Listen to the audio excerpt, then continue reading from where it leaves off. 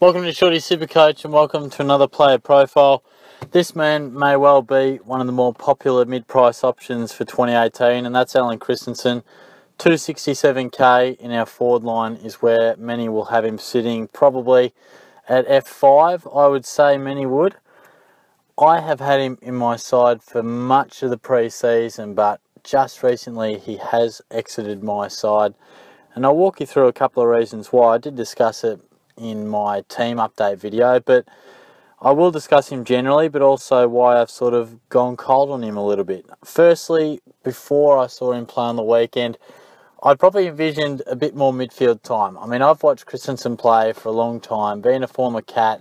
I remember watching him as a youngster, and he just always looked like a genuine midfielder that once he got the opportunity to play in that role would always be extremely damaging player. But he really hasn't had a genuine crack at it yet. I think in 2015, I believe it was, he probably had his most midfield time. That's when he tied for the Lions' best and fairest. But there's always been things holding him back, whether it's experience, fitness, or other players in the team. He hasn't ever really got a genuine crack at that midfield role, and I feel that's where his best scoring will lie, as many other people do. But I thought 2018 would see him return to the midfield and get plenty of opportunity in what is going to be a weak Brisbane side, but their midfield is definitely their strongest asset. And just watching him through the JLT in that first match, I saw him really start forward most of the time, coming off the square or starting at half forward. I didn't see him, not that I watched it forensically, but I did see a fair bit of it. Didn't seem to get a stack of opportunities in the centre bounce. And maybe I'm looking for a little bit too much. You know, he's only 267k. Am I looking for too much from him? I mean, he's probably going to average 80. You know, he's shown that he can still score solid numbers without being a full-time midfielder. Is 80 going to be enough? For me, it's probably not. I think the reason I went a bit cold on him maybe was because I did envision him being a midfielder, or at least having a high percentage of his time through the midfield rotation. I just probably, to put it simply, want as little question marks as possible surrounding my mid-price guys. And I look at Bundy, and I definitely know that his body is always a concern. You know, he missed all of last year. He only played 11 games in 2016, only played 8 in 2014, did play every game in 2015. But if you look at that, 4 out of the last, or what is it, 3 out of the last 4 years, he's really struggled to even get on the park. So that's a massive concern. I then don't really want to be worrying about the fact, well, even if he plays, is he going to score? And by score, I mean, can he go 85 plus? Because I think that's probably the mark I was looking at him to do. And my concern is, for a bloke who has missed a full season of footy, is probably not going to get a stack of midfield time, or maybe not as much as Shorty would like. My worry is, will he even get through a full season? And if he does, am I just going to see 71, 82, 66, 74? Are we just going to see mediocre numbers? Because Brisbane is going to struggle this season, so it's not as though he's going to get 3 or 4 goals dished up on him to a platter and kick a few goals, dominate the game sort of thing from the forward line because Brisbane are well on top. I mean, I don't quite see that happening. I really felt that his best way for being in my side and a good SuperCoach selection was to be in the midfield, contest a ball and tackle him, because he is very good at that. He's not an elite user of the ball, but he is a very good tackler in and under type. And I'm surprised that he isn't probably going to get that opportunity. But look, his stats for the game, 69% time on ground, 1 clearance from the 16 touches. And look, I was just a little bit put off from it, I must say. His SuperCoach numbers year on year, before I delve a bit deeper, 65.8 back in 2011.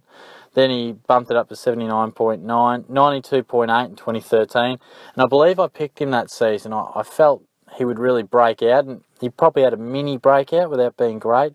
2014, he averaged 90.6 just from not too many games, 86.5 from 22, 69.5 from 11 in 2016. But if you do take out his injury-affected games, he still averaged 80, albeit I think he's affected by injury in 2 of those 11 matches. So certainly he scores. I mean, if he's out there, you can bank on him to be around that 80 odd mark. But I think it is a long time since he averaged in the 90s. His body's certainly been through a lot since then.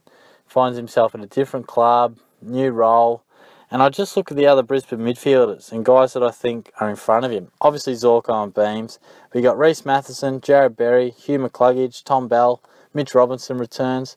There's probably a couple other guys who are more role players that will go through there as well. So I just think it looks as though they're definitely giving those opportunities to the next generation in Matheson, Berry, McCluggage, and why wouldn't you? I mean, Christensen, he's no youngster now. I think his time, well, it's not limited, but he's certainly past that middle portion where you're sort of the next gen style. He's definitely more of a senior player now. Has taken on that leadership role at the Lions, and look, that's great from a club point of view. Unsure if it will translate to a good SuperCoach selection. So he has been in my team. He has now left it, bearing in mind that me getting rid of him helped me do other things in my side. I discussed that in the team update. So sometimes you go looking for somewhere you can find a bit of extra coin, and I guess I looked at Christensen and said, well, after the weekend, I'm not in love with what he's doing. He is expendable. You know, I can get rid of him if I need. And I can't remember what popped up, whether it was reaching to Josh Kelly or Pierce Hanley to Elliot Yeo. I can't quite recall, but I needed to find coin. And I felt most comfortable with, you know, getting rid of Christensen to open up that cash. So sometimes it's not necessarily you are disliking what's going on with that selection, but of all your players you have, and you're liking the look of this guy, you know, you need to get this guy in, or this guy needs to go, and I need to get this fella in for him. That leaves me with a 150k gap. You all of a sudden go searching for perhaps weaknesses or the negatives in your side. And maybe that's where I found myself with Bundy. You know, I probably could be comfortable with starting him, and I understand why people could. I think there's a bit more risk in there now, given that if he doesn't play midfield, we've still got to watch this weekend and see where he lines up. That's totally fair because he is cheap. And if he does show a bit more this weekend, then maybe that'll put him right back on the radar. But for me, I think it just came to a matter of didn't exactly see what I wanted to see. All of a sudden, I need to find a bit of coin. You know, I'm going through my midfield. No, lock, cement, lock that guy and lock that guy. And this guy's a keeper. Really like his prospects, rah. Gets to Christensen. It's like, no, look, there's upside. But in comparison to everyone else I have, sorry, Bundy, but I need that coin. And you're an easy downgrade. And, you know, not having a mid-pricer, not the end of the world sort of thing. My only concern is in that forward line, we probably have a lack of rookies at the moment. So therefore, you might want to bat somewhat deep through your forward line, and you might want to have someone reasonable at F5 just to avoid having what seems to be the weakest rookies on the field. That's a discussion for another day and something I have been thinking about as well. But in this video, we're focusing on Christensen. And for me, I think he's got upside. But I certainly wouldn't lock him in. I certainly wouldn't go 267k, bang, absolute lock, he's a bargain. Because I think there's a definite chance that he could average around your 75, 80, and I'm not sure that's enough. He could definitely average 85 if he gets going, and maybe that's enough to sway you. That's a pretty handy scorer.